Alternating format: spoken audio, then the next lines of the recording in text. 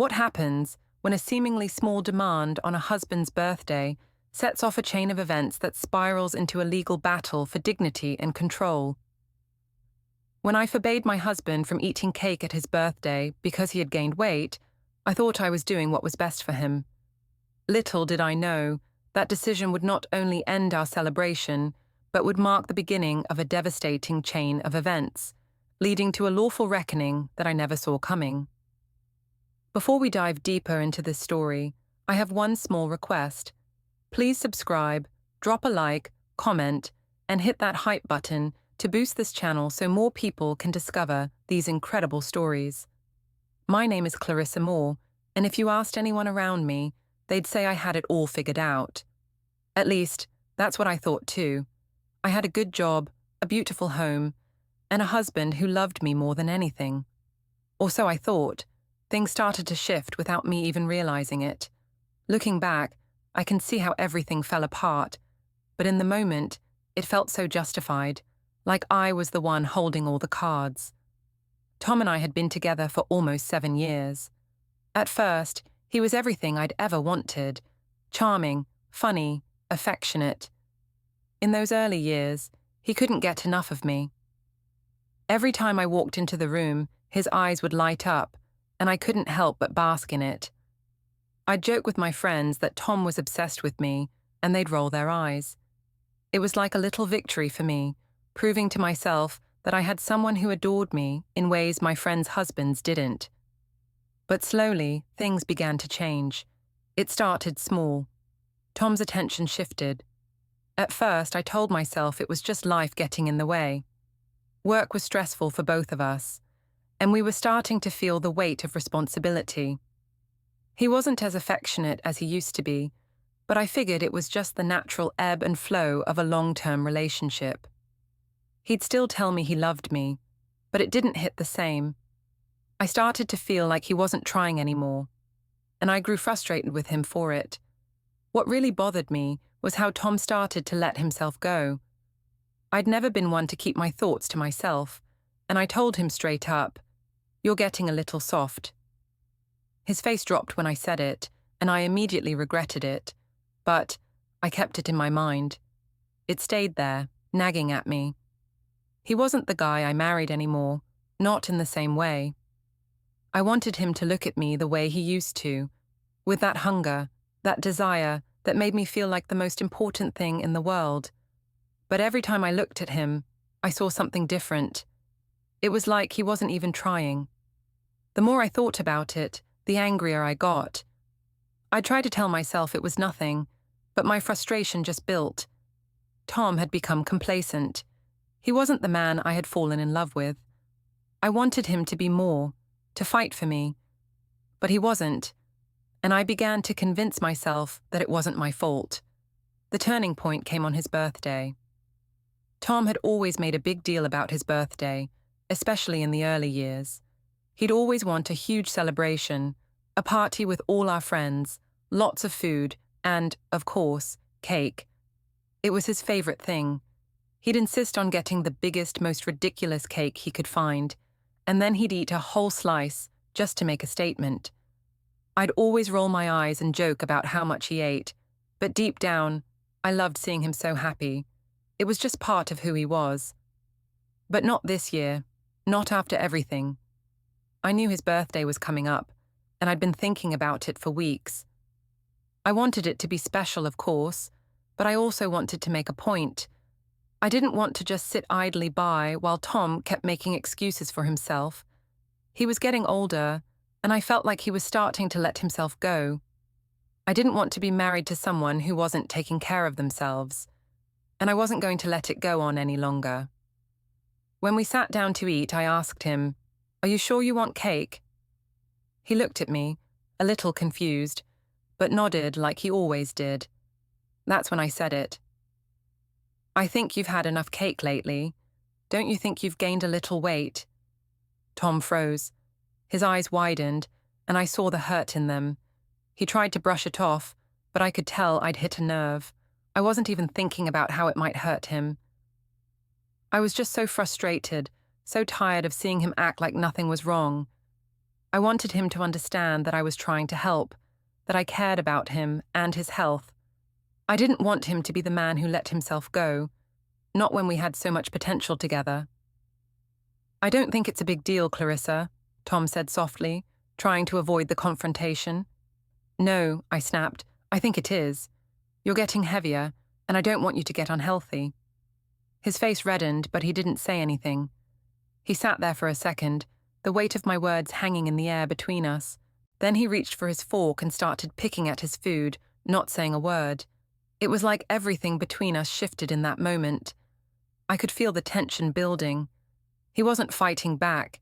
He wasn't trying to prove me wrong or even defend himself. He was just shutting down. I didn't know what to do. Part of me felt guilty, but the other part of me felt like I was finally in control. I wanted him to change. I wanted him to fight for me, to show me that he still cared. But in that silence, I realized that he wasn't going to. He wasn't going to fight for anything anymore. I looked at him across the table and said, "If you're not going to make an effort, then maybe we shouldn't be doing this anymore." My words were harsh, but I couldn't take them back now. I didn't even know if I wanted to. Tom put his fork down and looked at me, his eyes tired. "You're right," he said quietly. "I've been letting myself go, but this isn't the way to fix it." I stood up from the table, my heart racing. I couldn't believe what I was hearing. He wasn't angry. He wasn't fighting for me. He wasn't doing anything. He was just accepting it, just like he had accepted everything else in our marriage. The party went on, but the fun was gone. I kept looking at him, hoping he would show some emotion, that he would prove me wrong. But he didn't. He just sat there, eating his food quietly, pretending everything was fine. That night, after everyone left, I couldn't stop thinking about it. I replayed the moment over and over in my head, trying to figure out if I had been too harsh, too cold. But the more I thought about it, the more convinced I became that I was right. I was just trying to help him. He needed to change, and I was the one who could make him see it. If he didn't, then maybe it was time to move on. I couldn't stand the thought of staying in a marriage where nothing was changing, where I was the only one trying to make it work. And I wasn't about to let him have cake on his birthday when he was so clearly ignoring everything that really mattered. What happened next was inevitable. I just didn't see it coming. The next few days after Tom's birthday were a blur. The tension between us was palpable, thick and suffocating, and I couldn't seem to shake the feeling that things had crossed a line. We didn't talk much after that night, and the little conversations we did have felt awkward, strained, like we were both holding our breath, waiting for something to explode. And yet, nothing did. Tom had this way of shutting down that always threw me off. It was like he retreated into himself when things got difficult, leaving me to wonder what was going on in his head. I, on the other hand, was struggling to keep it together. Part of me was angry that he couldn't see what I was trying to do for him, angry that he wasn't taking care of himself like he should. But another part of me, the part I rarely let anyone see, was scared. Scared that this was the beginning of the end, that this was the first sign of something irreparable. And yet, I didn't know how to stop it. I couldn't undo what I had said. I couldn't take back the look on his face when I told him he couldn't have cake. I knew I had to do something. I had to fix it. I couldn't just let him sit there, sulking in silence. That wasn't the Tom I knew. The Tom I knew used to fight for me, used to be affectionate and playful. But now, I wasn't sure who he was anymore, and I was too scared to ask. I spent the next few days in a haze, throwing myself into work. It was the one thing I could focus on, the one thing that seemed to make sense. At the office, I was still riding the high of a recent promotion. I had more responsibilities, more people depending on me. It was all a little overwhelming, but I thrived in the chaos. I loved the feeling of being needed, of being important. At home, Tom seemed more distant than ever, like he was physically there but mentally checked out. It was starting to bother me more than I was willing to admit. One day, I was at work when I saw a message from Derek. He had been a colleague of mine for a few years now, and lately, we'd been spending more time together. He was funny, charming, and most importantly, he made me feel seen. Unlike Tom, who seemed so focused on everything but me, Derek always made an effort to engage. He complimented me when I dressed up for meetings, asked me how my day was going, and really listened when I vented. He never made me feel invisible. I was still grappling with everything at home, and Derek was a good distraction. I shouldn't have been letting him get under my skin, but the truth was, it was nice to have someone pay attention to me again. Tom wasn't doing that. Derek, on the other hand, was so easy to talk to. He was a breath of fresh air, and every conversation with him left me feeling more alive than I had in weeks. The message from Derek was casual, just asking if I wanted to grab lunch. I quickly typed back saying yes, and we made plans to meet up that afternoon. I didn't mention it to Tom, of course. What would I say? "Oh, I'm going out with Derek for lunch today." He wouldn't understand. He never understood how much I needed someone to pay attention to me, to make me feel like I was more than just his wife. I met Derek at the cafe down the street from the office. It was a quiet spot, the kind of place where you could have an uninterrupted conversation. Derek was already sitting at a table, a coffee in hand. He looked up when I walked in, his smile warm and inviting. "Hey, Clarissa, you look great today," he said as I sat down across from him. I felt a blush creep up my neck, and I tried to play it off. "Thanks, Derek. You're not looking too shabby yourself." We talked about work at first, nothing too personal, just the usual office gossip. But then, as the conversation flowed, something shifted. Derek leaned forward, his eyes locking with mine. The air between us suddenly felt charged, like there was an unspoken tension in the room. He asked about Tom, about how things were going at home. I hesitated for a moment before responding. "It's been rough. Tom's not really talking to me much, and I don't know how to fix it." Derek's expression softened, and he placed his hand on mine. It was a simple gesture, but in that moment it felt like everything I had been missing. "You deserve to be happy, Clarissa," he said, his voice low and sincere. "You shouldn't have to feel like you're the only one trying." I pulled my hand back, startled by the intensity in his eyes, but the warmth of his touch lingered on my skin, and I couldn't deny that it felt good to be seen, really seen, for the first time in a long while. I didn't know how to respond. Part of me wanted to pull away, to tell him that I was married and that this was wrong. But another part of me, the part that had been neglected for so long, wanted to stay. I wanted to feel like I mattered. Derek didn't push me. He just smiled softly and changed the subject, but I could tell that he knew what I was thinking. We finished our lunch in relative silence, both of us lost in our own thoughts. As I stood up to leave, Derek caught my arm, gently pulling me back. "Clarissa, I know this might sound crazy, but if you ever need someone to talk to, I'm here.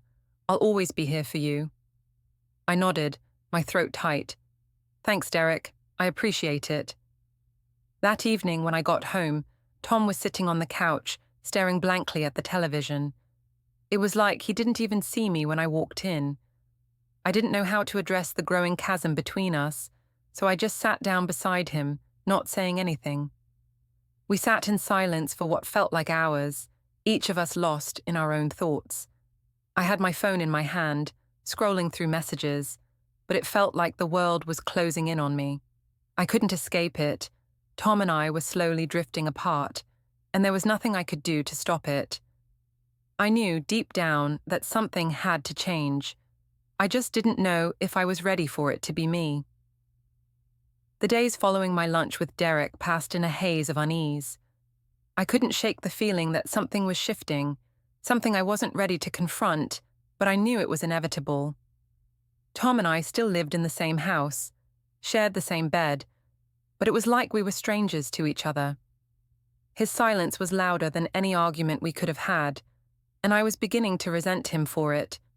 We hadn't talked much since his birthday. I could tell he was still upset about the cake incident, but he wasn't angry with me. Not directly. Instead, it was like I was being punished by his withdrawal. Every time I tried to reach out to him, he would either deflect the conversation or give short, empty answers. He didn't fight for me the way I wanted him to, and that hurt more than I cared to admit. I spent more time at work. The office had become my sanctuary, the place where I could focus, where I could pretend everything was fine. Derek and I had started spending more time together outside of work. Nothing overtly inappropriate, but there were moments, small ones, where I found myself lingering in his presence. He knew how to make me feel seen, how to make me feel like I wasn't just another wife waiting for her husband's attention.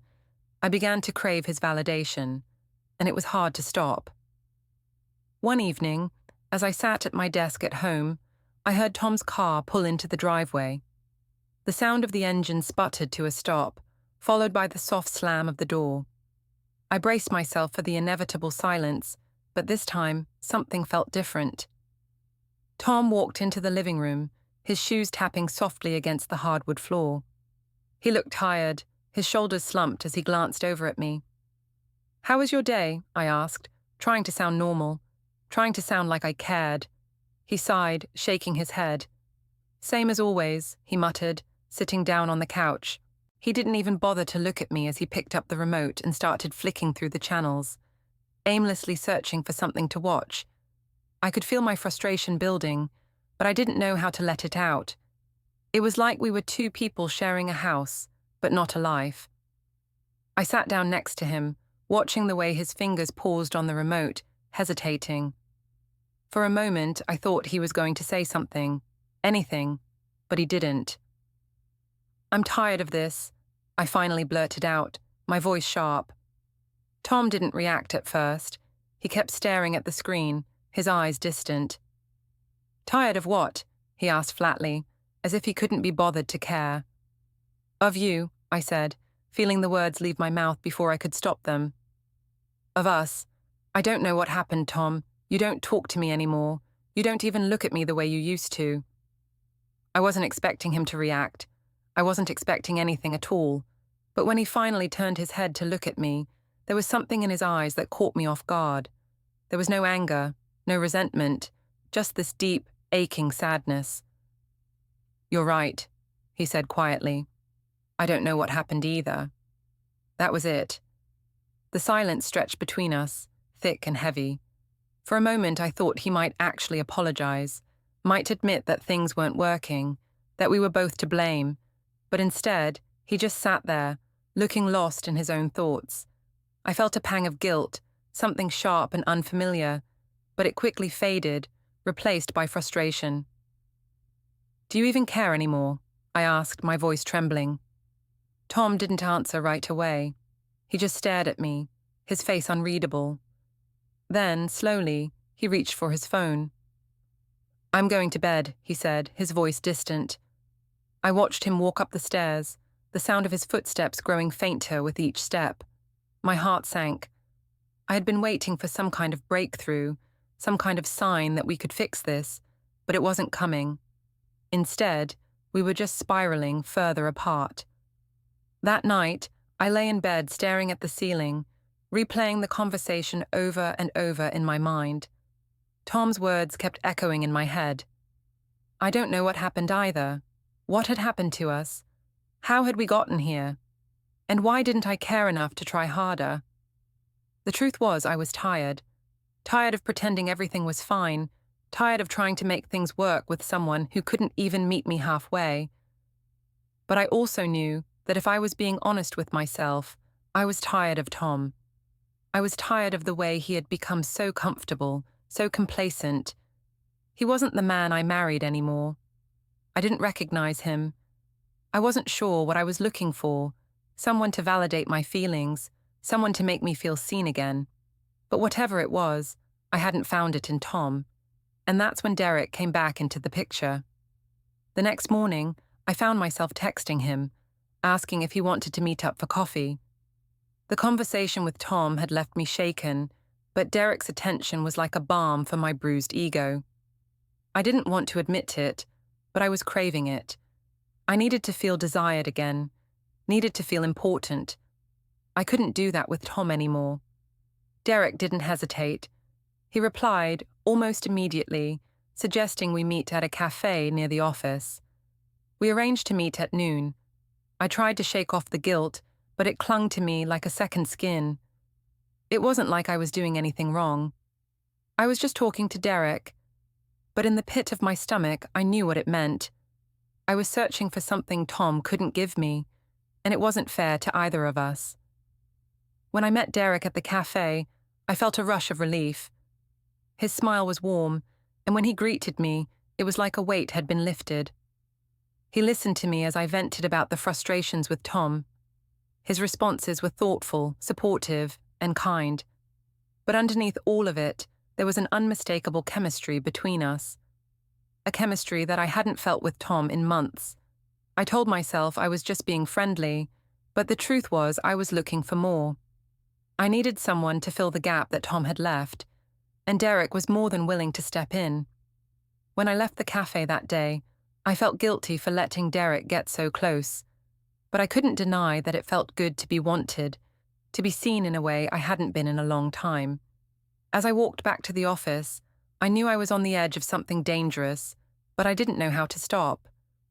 The lines between right and wrong were starting to blur, and I was falling deeper into a situation I wasn't sure I could control.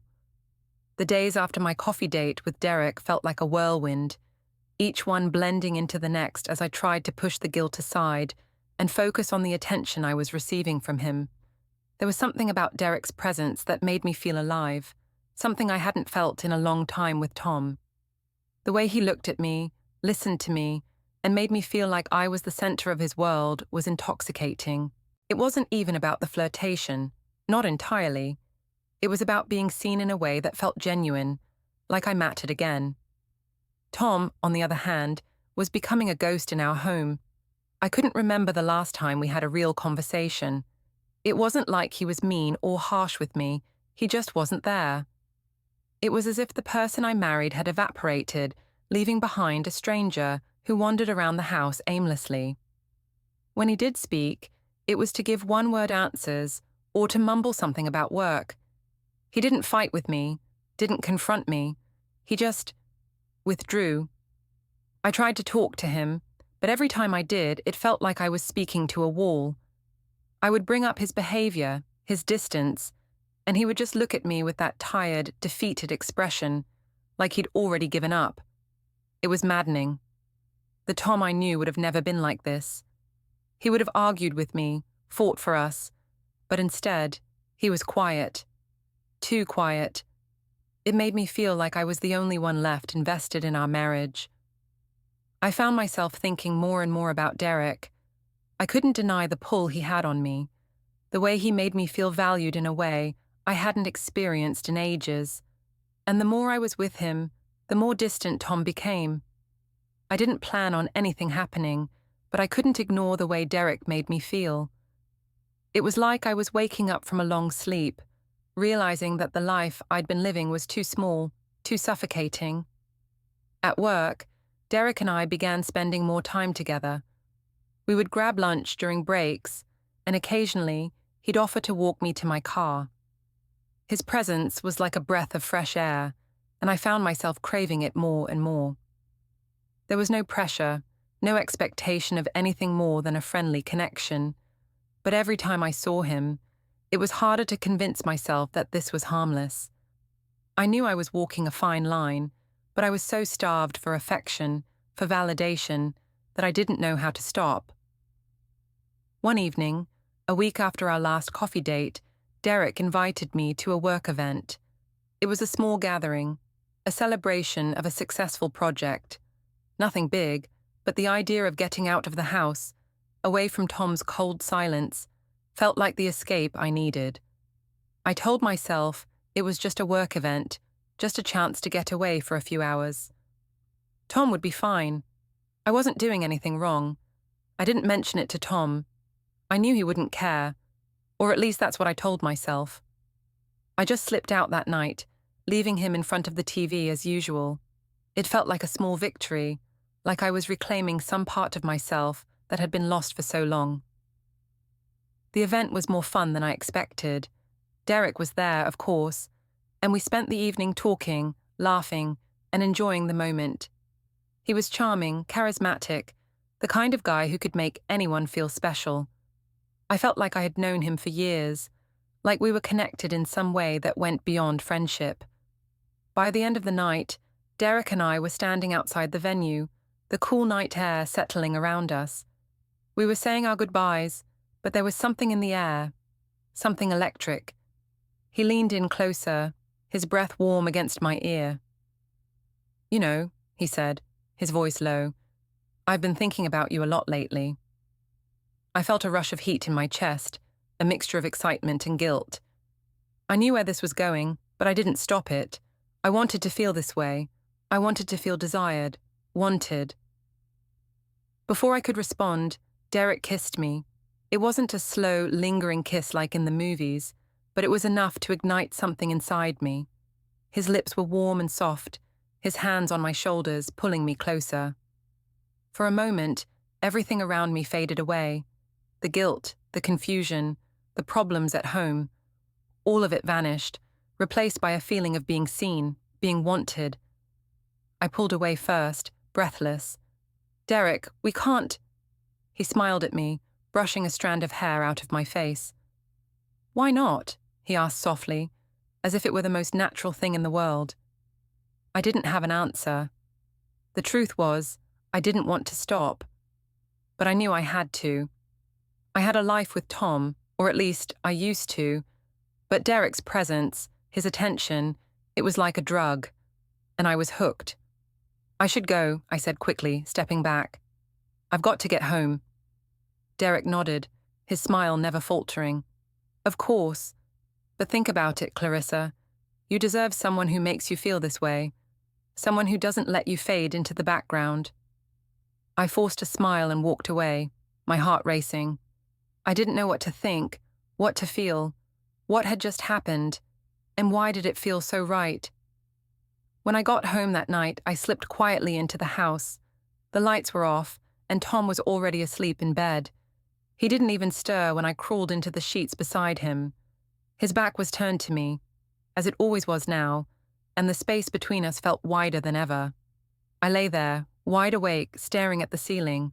My mind raced with thoughts of Derek, of what had happened that night, of what I was doing. I had crossed a line, but deep down, I knew that if I could get away with it, I would continue to. Because the more I thought about Tom and the way he had been, the more I realized I wasn't the only one giving up on this marriage. The next morning, things felt the same. Tom was distant, his usual distracted self. He didn't say much to me over breakfast, didn't ask about my night, and didn't even look at me when I left for work. I thought about the kiss with Derek, about how it made me feel. It felt good to be wanted again, but it also felt like a betrayal. Tom didn't deserve it, not in the way I had justified it in my head. But somewhere deep down, I knew I couldn't stop. I wasn't done yet. And the more I tried to convince myself that it was a one-time thing, the more I realized I was lying to myself. Things were about to get a whole lot more complicated. The next few weeks felt like a strange mix of guilt and exhilaration. Derek and I continued to meet up, under the guise of work events or casual coffee breaks, but the truth was, every time we saw each other, something between us deepened. I tried to keep my distance, to convince myself that what was happening was just a phase, a fleeting moment of excitement in the middle of a mundane marriage. But it wasn't. I kept telling myself I wasn't doing anything wrong. It wasn't like I was in love with Derek. He was a distraction, a way to fill the void that Tom had left. Tom, who had become a shadow of himself. The more I thought about it, the more I felt like I was living two different lives. One was with Tom, the quiet, distant husband who no longer seemed to care. The other was with Derek, who made me feel seen, who made me feel like I mattered. The guilt crept in, but it didn't stop me. How could I go back to Tom when all I felt from him was indifference? He didn't even seem to care about the way I was slowly pulling away. And when I tried to talk to him, to get him to open up, he just shrugged, offering one-word answers or silence. One night, after dinner, I decided to confront him. I needed something, anything, to break the silence between us, to force him to show some emotion. Maybe I was trying to provoke a reaction, but at this point, I wasn't sure what I even wanted from him anymore. I sat across from him at the table, waiting for him to look up from his phone. "Tom," I said, trying to sound calm, "we need to talk." He glanced at me but didn't say anything. That familiar look of exhaustion and frustration was still there in his eyes. "About what?" he asked, his voice flat. "This marriage," I replied, my voice catching. "About us. About what's happening to us." He sighed, setting his phone down on the table. "I don't know what you want me to say, Clarissa." I felt the familiar surge of frustration rising in me. "I want you to care. I want you to fight for me, for us. But you just sit there like nothing matters." Tom didn't respond. He stared at me, his face unreadable. I wanted to scream at him, shake him, do anything to get a reaction. But there was nothing. His eyes were tired, and he was done. "I'm done," he finally said, his voice barely above a whisper. "I don't know what you expect me to do anymore. You've made it clear that I'm not enough for you." That hit me harder than I expected. For a moment, I didn't know how to respond. Was this it? Had he already given up on us? It felt like the ground was slipping away beneath me, and I was falling, unable to stop it. "Tom, no. I didn't mean it like that," I said, my voice trembling. I just need you to show me that you care, that you still want this." "I don't know if I can anymore," he said, standing up from the table. "You don't need me. You're already looking for someone else." His words stung, but deep down, I knew he was right. Derek had filled the gap Tom had left behind, and I had let it happen. I didn't know how to fix it, or even if I wanted to anymore.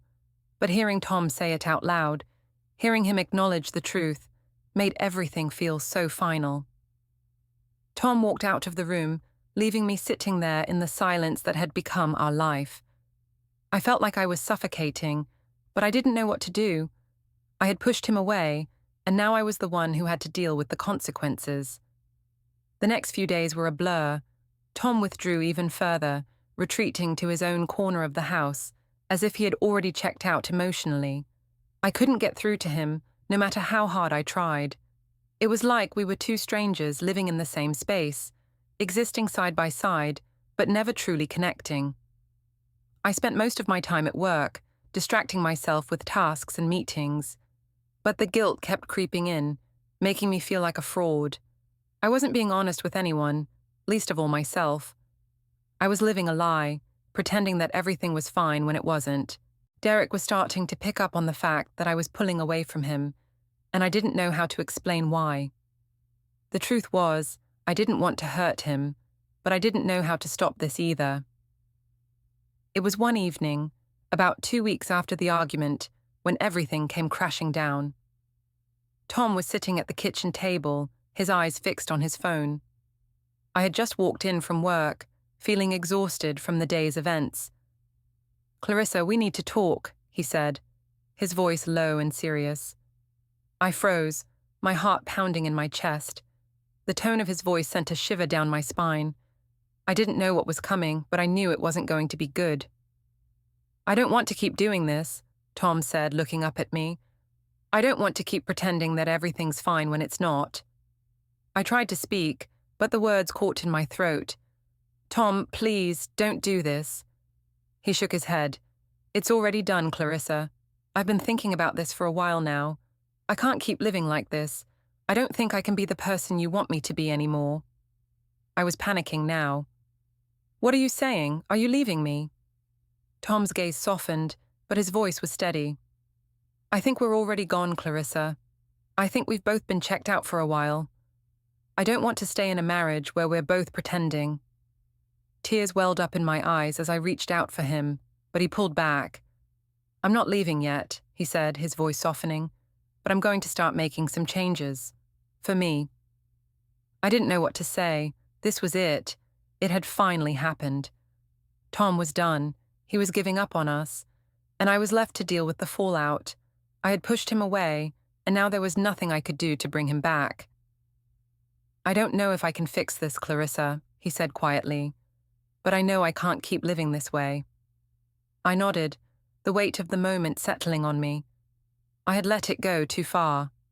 I had let Derek fill a space that should have been Tom's, and now I was facing the consequences. That night, Tom didn't come to bed. He stayed in the guest room, and I lay there in the dark, staring at the ceiling, knowing that the end was inevitable. Our marriage had reached its breaking point, and I had no idea how we were going to recover from it. But somehow, deep down, I knew it was too late. The weeks that followed felt like I was stuck in some kind of limbo, neither moving forward nor backward, just existing in a space filled with tension and regret.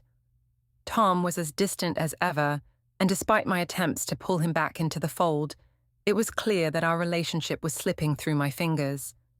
We hadn't spoken much since his declaration that he was starting to make some changes for himself. What those changes were, I had no idea. I only knew that I was desperately holding on to a marriage that felt like it was already dead. I tried to distract myself with work, with Derek, with anything that could fill the silence in my life. But it didn't work. Every time I saw Derek, every time I thought about the way he made me feel, I was reminded of how far I had fallen from the woman I used to be. I was no longer just Clarissa, the wife, the person who had dreams of building a life with Tom. I had become someone else. A woman searching for validation, for something to fill the void that had opened up between me and my husband. Tom had stopped coming to bed altogether. He spent most of his time in the guest room, as if there was some invisible wall between us that neither of us knew how to break down. I hated that wall. I hated the quiet that had replaced the conversations we used to have.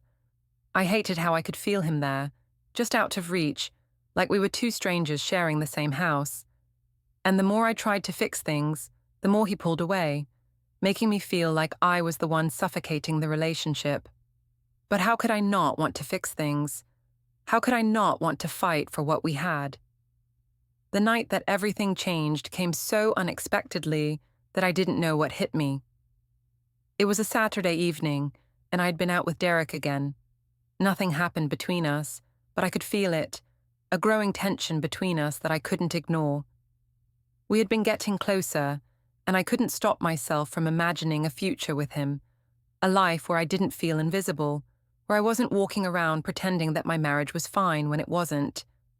I came home late, expecting Tom to be asleep, but the lights were on, and the sound of soft music filled the house.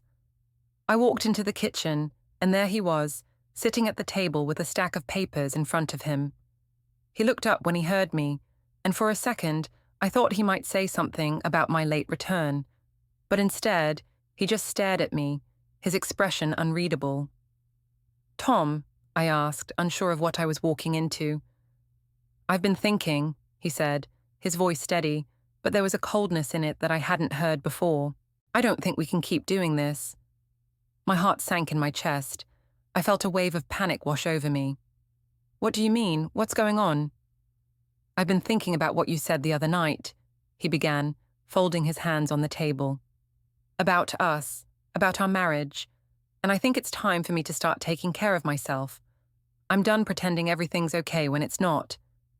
"Tom, please don't," I started, my voice shaking, but he cut me off. "I'm not blaming you, Clarissa," he said, his eyes not meeting mine. "But we can't keep doing this. It's over. We're over." The words hit me like a punch to the stomach. I had heard them before, but hearing them from him, in that calm, resigned tone, felt like a final death knell. "No," I whispered, shaking my head. "We can fix this. We can work through it." "I've tried, Clarissa," Tom said quietly, "but you've already checked out. You're not even here anymore." That was the moment I knew it was really happening.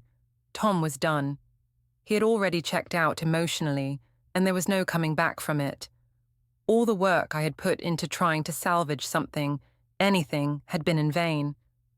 I had pushed him too far, and now it was too late. "Are you leaving?" I asked, my voice barely audible. I didn't want to hear the answer, but I knew I had to. Tom didn't answer right away. He just stared at the papers in front of him, and I could see his hand twitch, like he was holding back. Then he slowly nodded. Yes, I'm leaving. I don't know where I'll go, but I need space. I can't keep doing this, Clarissa. I need to heal. The words cut me deep, but I didn't cry. I couldn't. I had no right to. This was my fault, and I knew it. I had pushed him away, emotionally starved him for months, and now he was finally pulling away for good. I'm sorry, he added, standing up from the table. But this is for the best. For both of us. And just like that, he walked out of the kitchen, leaving me standing there alone. The sound of the door closing behind him echoed in my mind, and for the first time in a long time, I realized how much I had lost. That night, I didn't sleep. I couldn't. Every time I closed my eyes, I saw Tom's face, his words replaying over and over again in my mind. We're over. It's done. The next morning, Tom was gone. His things were gone too. His clothes, his shoes, his toothbrush. Everything that had once been part of our life together was no longer there. I wandered through the house, feeling lost and empty. This was it. He had left me. I tried to reach out to him, but he didn't answer my calls. I texted him, asking if we could talk, but he ignored me. I didn't know how to fix this, how to bring him back. I felt like I had ruined everything, like there was nothing left for me to hold on to. Days turned into weeks, and still, Tom didn't respond. I kept waiting, hoping that he would come back, that he would see how sorry I was, that he would give me another chance, but nothing. Silence. I started seeing a therapist, trying to make sense of what had happened, why I had pushed Tom away, why I had sought validation from Derek instead of confronting the real issues in my marriage. I was still angry, still upset, but I was also starting to see things clearly. I had made mistakes, big ones, and it was too late to undo them. I threw myself into work again, trying to bury the pain, trying to distract myself from the overwhelming sense of failure. But no matter what I did, I couldn't escape the truth. Tom was gone, and he wasn't coming back. One afternoon, about a month after Tom left, I walked into my office to find an envelope on my desk. It was from a lawyer. My heart skipped a beat as I opened it and began to read. The words blurred together as my hand shook, but the message was clear. Tom was filing for divorce. The papers outlined everything: custody arrangements, financial agreements, and a complete separation. It was the final blow. There was no going back now. I had lost him, and no amount of regret or apology could change that. As I sat there, reading through the legal documents, I felt the weight of everything I had lost crashing down on me. I had let my selfishness, my need for validation, destroy the one thing that had truly mattered. And now, I was paying the price. I had no one to blame but myself.